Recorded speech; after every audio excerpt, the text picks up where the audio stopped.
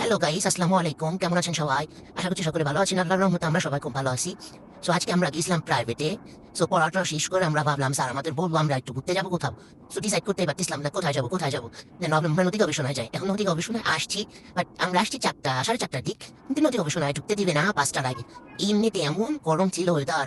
তারপরে আমরা বসেছিলাম, দেন আজান দিছে, তারপর আমাদের ঢুকতে দিছে। তারপরে আমরা একে একে সবাই যাইতেছি। ভিতরটা ভালো ছিল, কিন্তু রোদ ছিল সেদিন। ওয়েদার গরম, বিকাল হয়ে গেছে, তবু মনে করেন রোদ যায় নাই।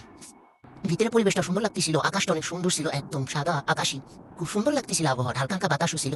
আর আমরা ঘোরাঘুরি করতেছিলাম, যার মধ্যে ভেতর সাইডে অনেক জায়গা, নদী গবেষণার অনেক জায়গা মিলে।